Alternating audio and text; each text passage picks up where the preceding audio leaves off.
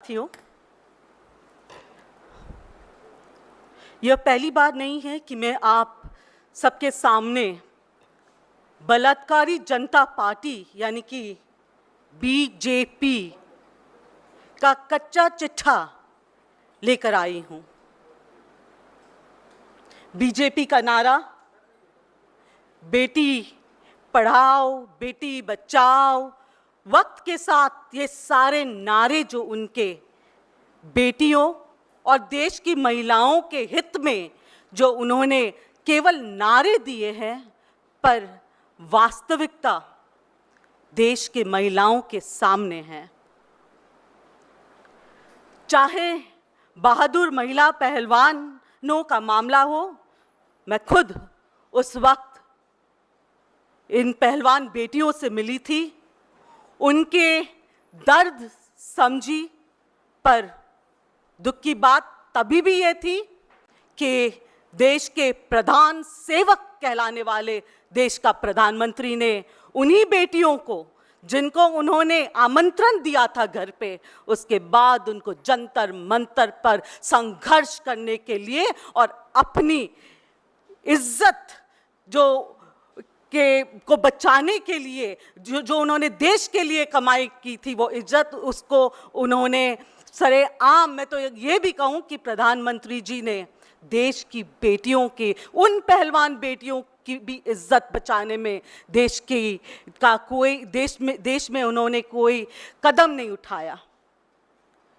बात हो अंकिता भंडारी की, बात हो मोदी जी के खुद के संसदीय क्षेत्र बनारस हिंदू यूनिवर्सिटी में गैंगरेप का मामला,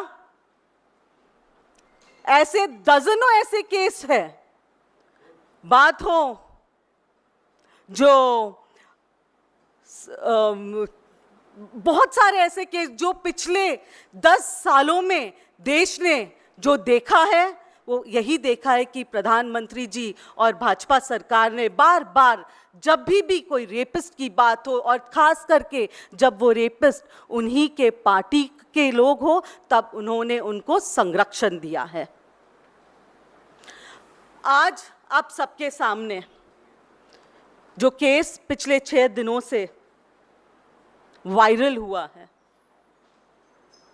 देश का मास रेपिस्ट प्रज्वल रेवन्ना की बात करने आई हूं मैं यहां पे। आप सभी ने देखा होगा कि प्रज्वल रेवन्ना को लेकर पूरे देश में महिलाओं जो है वो गुस्से में है।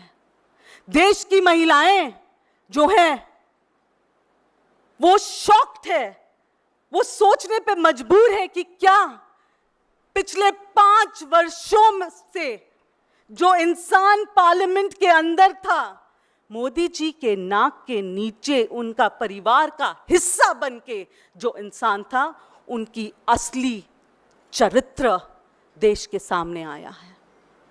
और सच्चाई ये है कि जब किसी इंसान का असली चेहरा और चरित्र देश के लोगों के सामने आता है, तो इसके बहुत पहले ये सारे मामले और ये सारे चीजें देश के प्रधानमंत्री जी और गृह मंत्री जी के सामने तो होता ही है, क्योंकि पूरा आईबी, सीबीआई, सारे जितने भी देश के इंटेलिजेंस एजेंसीज जो है वो किसके हाथ में है?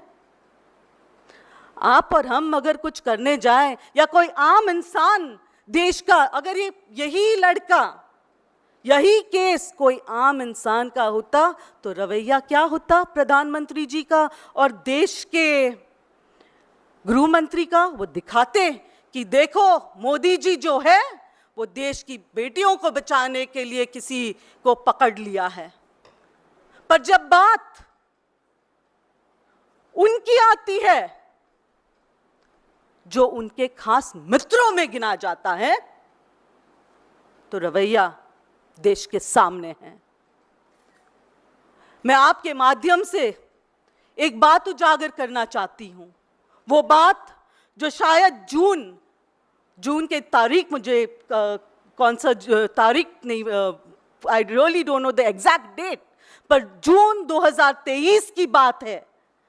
जब गवर्नमेंट ने गैग ऑर्डर दिया था कि कोई भी टेप या कोई भी वीडियोस प्रज्वल रेवन्ना का सार्वजनिक या उसको रिलीज नहीं किया जाए।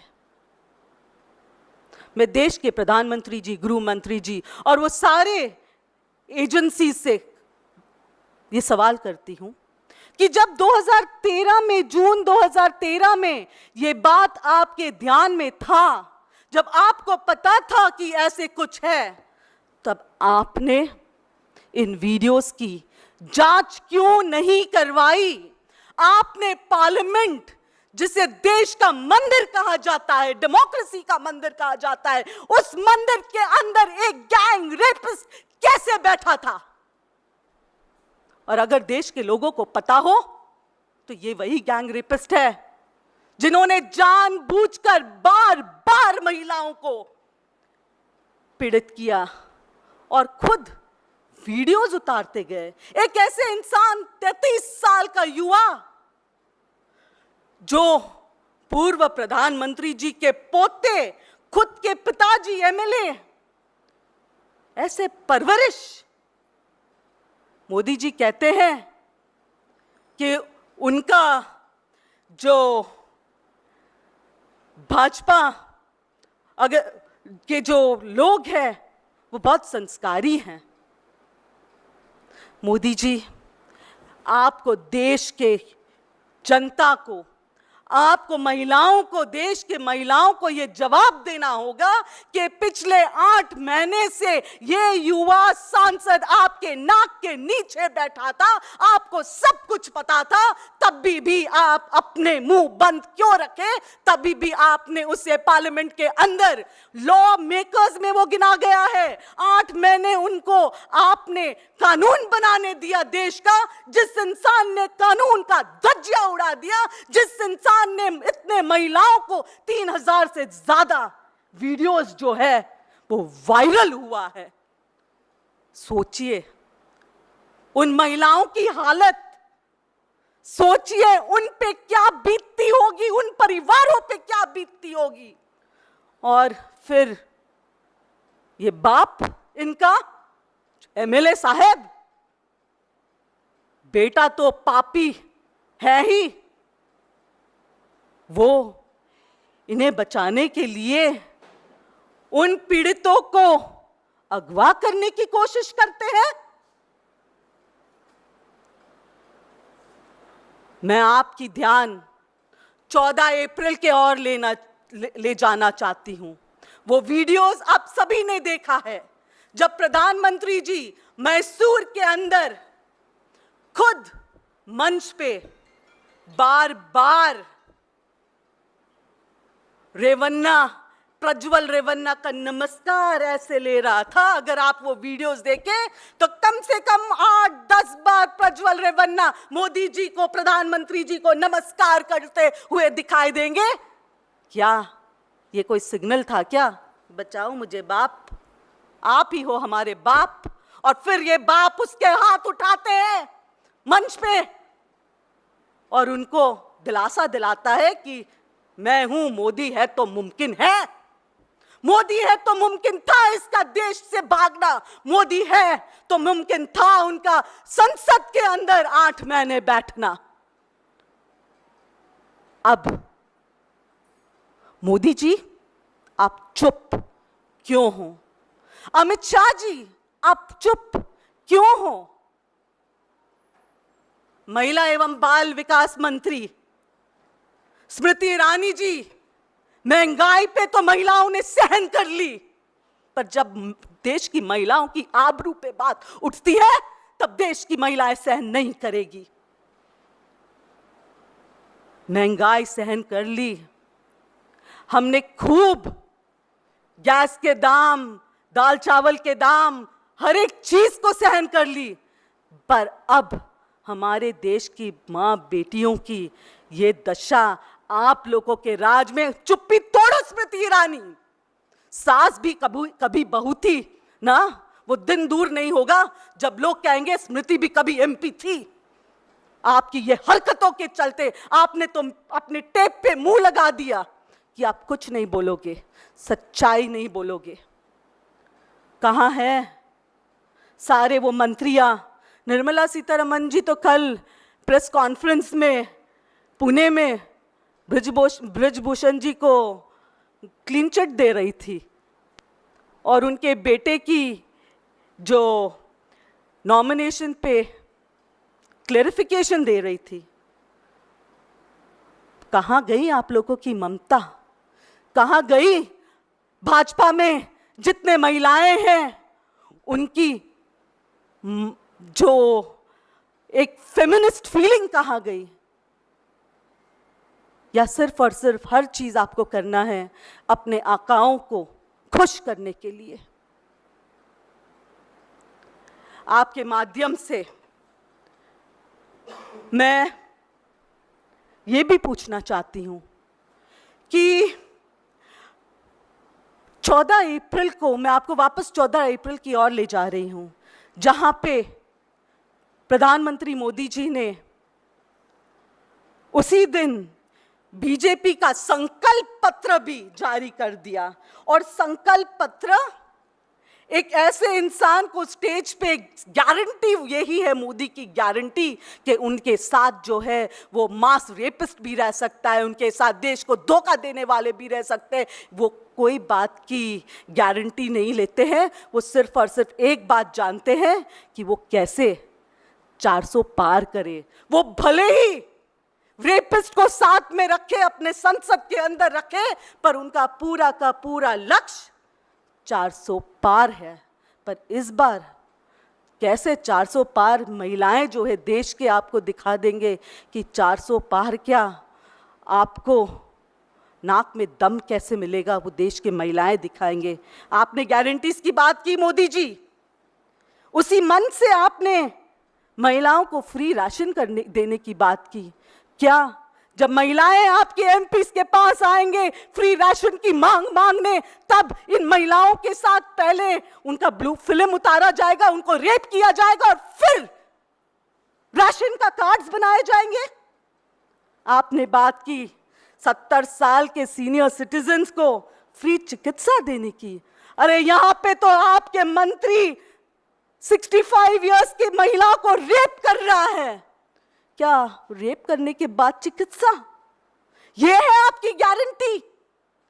आपने 3 करोड़ महिलाओं को लखपति बनाने की बात की। क्या लखपति तब बनाए जाएंगे जब वही महिलाएं आपके ऐसे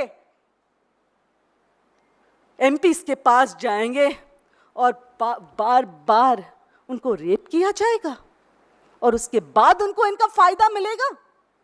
मोदी जी, देश आपकी चुप्पी जो है वो तोड़ना चाहिए। आपको इस मामले पे आपको प्रेस कॉन्फ्रेंस लेना चाहिए। आपको देश की महिलाएं और जनता को जो है वो आपका वर्जन, आपके मन की बात प्रज्वल रेवन्ना पे करना जरूरी है। प्रज्वल रेवन्ना पे आपकी मन की बात कि किस मन से आपने प्रज्वल रेवन्ना को 8 महीने बचाया, किस मन से आपने प्रज्वल रेवन्ना को मंच पे रखा, किस मन से आपने प्रज्वल रेवन्ना के लिए वोट्स मांगे।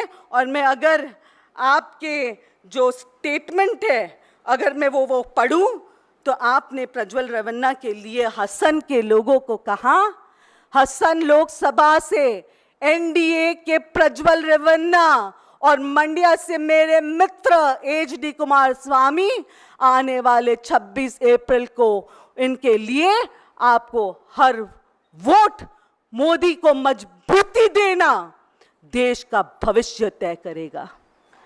मोदी जी, सच्चाई तो आप ही ने कहा कि यही है आपकी मजबूती, महिलाओं को दबाना, सच को दबाना, बाहुबली दिखाना अपना, ये आपकी मजबूती है। और ये वोट जो है वो ये वोट आपने जिसके लिए मांगा वो आपकी मानसिकता भी दर्शाती है कि आप कैसे इंसान हो। मैं मेरे प्रेस के मित्रों के माध्यम से आप सभी को याद दिलाना चाहती हूं मैं आपको निर्भया केस आपको याद होगा ना। उस वक्त देश के हर वर्ग के नागरिक, चाहे मीडिया हो, चाहे स्टूडियो हो, चाहे राजनेता हो, सभी सड़कों पे उतर आए थे, याद है? और सड़कों पर न्याय की गुहार लगाते थे। पर आज जब 300 से अधिक हमारी देश की बेटियों के साथ, माताओं के साथ इतनी घिनौनी हरकत एक मेंबर ऑफ पार्लियामेंट, एक लॉ मेकर ने किया है, कहां है वो सारे सिविल सोसाइटी के लोग? कहां है वो सारे एक्टर्स, एक्ट्रेसेस, अमिताभ बच्चन जी, ये सारे एक्टर्स, ये सारे लोग कहां है? चेतन भगत जी, सवाल पूछ रहे हैं आपको। देश के महिलाएं, आप क्यों नहीं उतर रहे हो? किस बात का डर है आप सभी को? इंटेलेक्चुअल क्लासेस, आज आप खामोश क्यों हो? कहां है आंदोलन करने वाले अन्ना हजारिका? अन्ना हजारिका जी, उठिए, मेरी आवाज आप तक पहुंच रही होगी। अगर आप तब देश के हित में थे तो अब देश हित में क्यों नहीं बाहर निकल रहे हो? कहां है चेतन भगत, अनुपम खेर जी?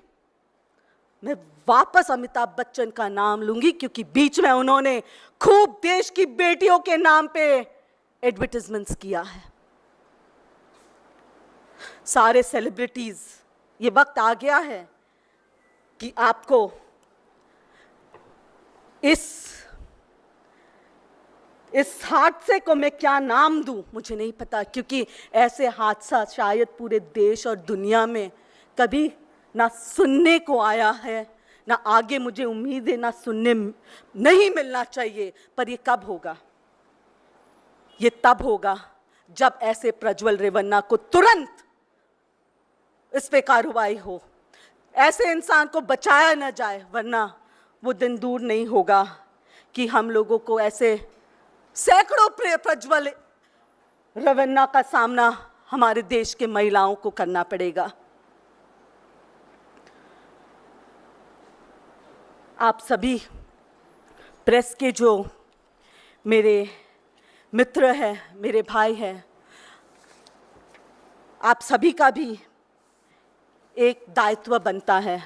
मुझे पता है कि क्या दिखाए क्या ना दिखाए वो आप तय नहीं कर सकते हो, पर मुझे उम्मीद है कि इस आवाज़ को, इन देश की बेटियों को इंसाफ दिलाने के लिए आप सोचिए कि अगर आपके घर के माँ, बेटी, बहन या किसी भी सदस्य पे ऐसा कुछ होता तो उनकी मेंटल स्टेटस क्या होता कि वो क्या कहीं किसी को अपना मुंह दिखा पाती। और ये जो वीडियोस है वो वायरल है। मैं आपके माध्यम से उन देश की सारी बेटियों को जो पीड़ित है वो उनको दिलासा देना चाहती हूँ कि कर्नाटका की जो सरकार है वो आपके साथ खड़े हैं, डरो मत।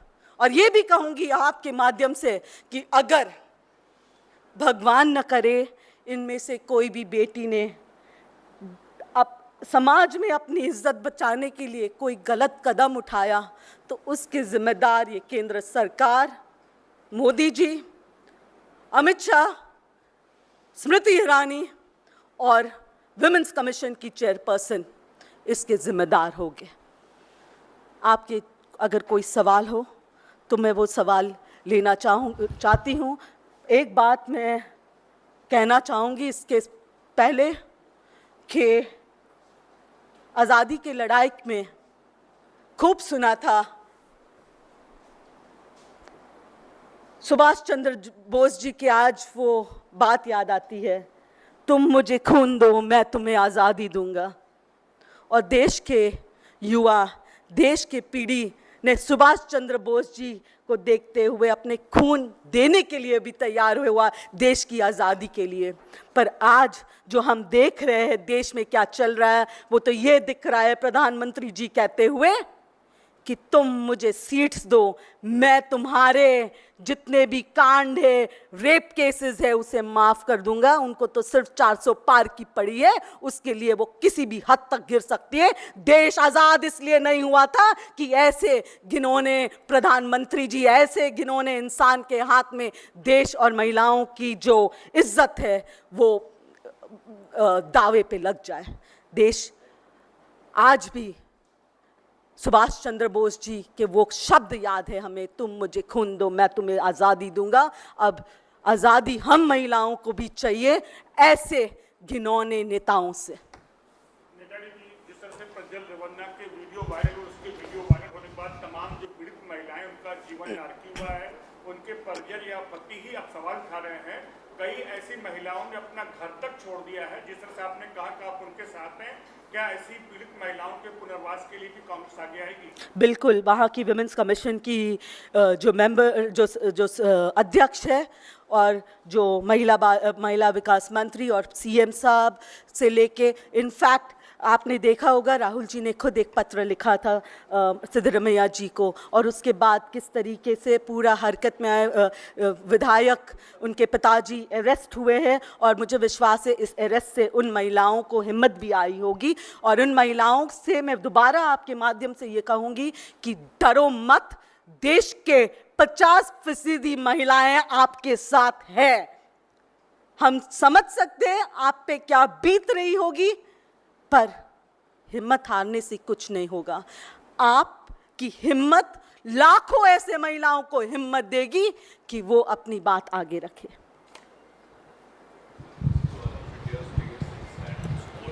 Can you be a little loud, please? What are the stringent steps that have been taken and are going to be taken in this regard by the Karnataka, by the government, by Congress government? And how do you plan to bring Prajwal Ravanna back? See, the Congress government stands by what we preach.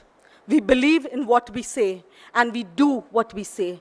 So the entire Congress leadership of Karnataka, the CM, the deputy CM, the home minister, the women and child development minister, the women commission, they are all on their toes for it and will ensure that the rapist be punished. But we also need to note over here that since the rapist has fled the country, he wouldn't be able to flee the country without the patronage and without the help of the central government. He has fled the country. There is the blue corner notice issued. I question the central government. Why not a red corner notice issued to him? That would get him arrested wherever he is, in whichever corner of the world he is. A red corner notice is the need of the hour. Yes? Your questions? Ma'am, एक question Haryana से। हरियाणा के नारनौल में एक civil hospital में एक महिला चिकित्सा अधिकारी जो अनुसूचित जाति से आती थी, 12 दिन पहले उनसे कुछ वहाँ के लोगों ने मारपीट की, अभद्र व्यवहार किया, जातिसूचक शब्द बोले, अश्लील हरकतें भी की, लेकिन 12 दिनों के तमाम प्रयास के बावजूद अभी तक हरियाणा पुलिस ने ये मामला दर्ज नहीं किया। बेटी पढ़ाओ बेटी बचाओ, मैं आप सभी से यही कहना चाहती हूँ कि हरियाणा हो, उत्तराखंड हो, देश के कोई भी कोने में, महाराष्ट्र हो, मध्य प्रदेश हो, मणिपुर, क्यों भूले हम मणिपुर को? मणिपुर आज भी हमारे दिल में ताज़ा है, मणिपुर की यादें। मैं गई हूँ मणिपुर, मुझे पता है वहाँ के बहनों पे, वहाँ पे की जो पीड़ितों पे क्या बीता है, उनसे बात किया है हमने। ये अलग बात है कि वो वीडियोस हम जारी नहीं कर सकते क्योंकि उनमें वो महिलाओं के, क्योंकि हम यहाँ पे सिर्फ और सिर्फ प्रोपेगेंडा, सिर्फ और सिर्फ अपने आप को बढ़ाने के लिए नहीं है, उन महिलाओं के बारे में सोचते हुए उन वीडियोस को जारी नहीं किया है जहाँ पे वो महिलाएं रो रहे हैं, जहाँ पे वो अपनी बातों को बता रहे हैं, क्योंकि उनमें वो महिलाएं, हमने वहाँ पे तब भी मणिपुर में वहाँ के गवर्नर से मिलके गुहार लगाया कि उन सारी महिलाओं का ध्यान रखा जाए। रही बात आपने जो हरियाणा की कही, हमें ऐसे असंवेदनशील सरकार से क्या उम्मीद हम रख सकते हैं? केंद्र में जब आपके पास एक जीता जागता केस है, प्रज्वल रेवन्ना जो पार्लियामेंट में बैठे हुए सब कुछ कर रहे हैं, ब्रिजभूषण, बहुत सारे नाम है, सिंगार, बहुत सारे नाम है। मोदी जी को तो सिर्फ सत्ता की पड़ी है, सत्ता कैसे हासिल करें, सत्ता कैसे अपने पास रखा जाए, कर्नाटक में कैसे ज़्यादा से ज़्यादा सीट जीता जाए, सब कुछ जानते हुए उनको लोगों के मन की बात जानने की कोई इच्छा नहीं। वो सिर्फ अपनी मन की बात थोपते हैं, जिसमें से उनकी गारंटीज जो है वो सारे खोखले हैं और जो उनके वादे जो है वो सारे ढोंगी है। Ma'am, one question apart from this, because you are raising the issue of women, one of your own member who has recently resigned from the Congress party's membership, she has done a press conference and she has said that several of the Congress workers and members have abused her. She also tried to raise this complaint before the Congress High Command, even the General Secretary Sachin Pilot, Jairam Ramesh, but all of them had asked her to remain silent because the election time is going on. She has made several serious allegations also against the Congress party, saying that just because she supports the Ram Mandir, she has visited Ayodhya temple. That's the reason why such kind of behavior was being there against her. See, Radhika, I've known Radhika as she grew in the organization, and we have had constant discussions, but no such thing about anybody harassing her has ever come to my notice, or never has she informed me about, like what you just said, there's a press conference that's held where she has put these allegations.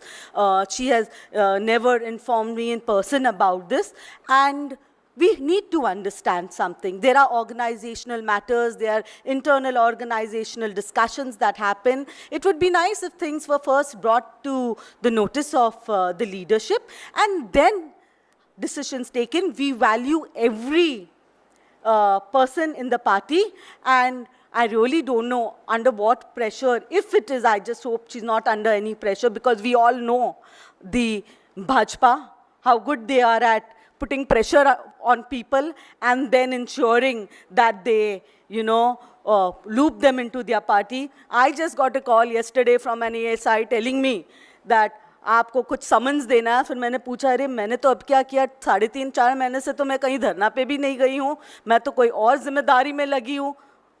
नहीं, आप पे समन है। So this is the way they have, this is pressure tactics what they use, but I'm sure when wisdom prevails, when she realizes, when she thinks about things with a cooler mind, she will understand things.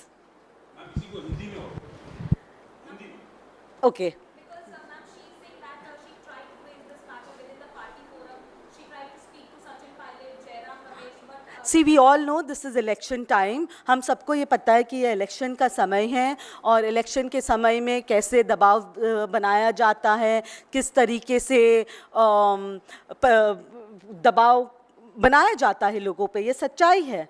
Okay, पर मुझे उम्मीद है कि हमारी बहन जो है राधिका खेरा जी, क्योंकि अभी तक मैंने उनका कोई प्रेस कॉन्फ्रेंस नहीं सुना है, तो मैं इस पे कोई टिप्पणी नहीं कर सकती हूँ क्योंकि उनकी प्रेस कॉन्फ्रेंस मैंने सुना नहीं है।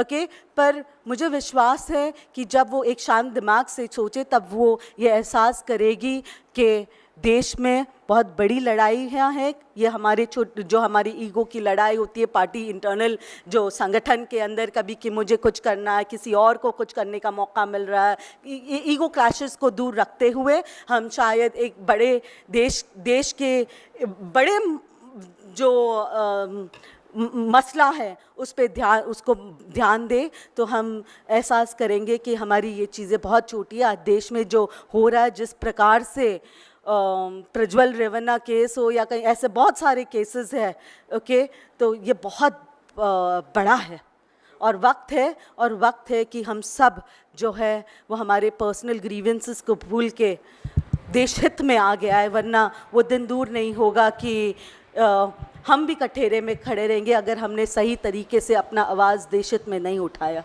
I'm following the same question. She also mentioned that during the media interaction, she says during Rahul Gandhi's Bharat Jodo Yatra, the media chairman of Chhattisgarh Congress, Sunil Anand, offered me alcohol, and he, along with 5-6 party workers, used to knock the door of my room in inebriated condition. I informed Sachin Pilot and Jainram Ramesh, but nothing happened. How do you respond to that? I guess you should, because you know, she's a friend first, to be honest, a little sister.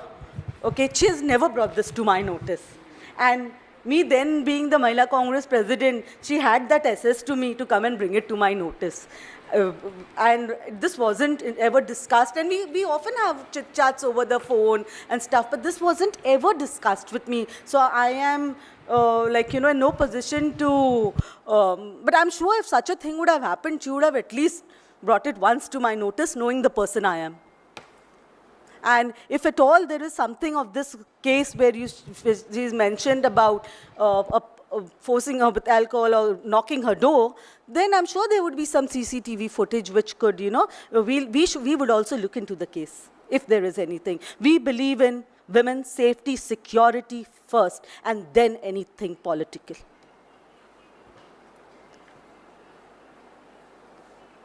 So can I thank you, everybody.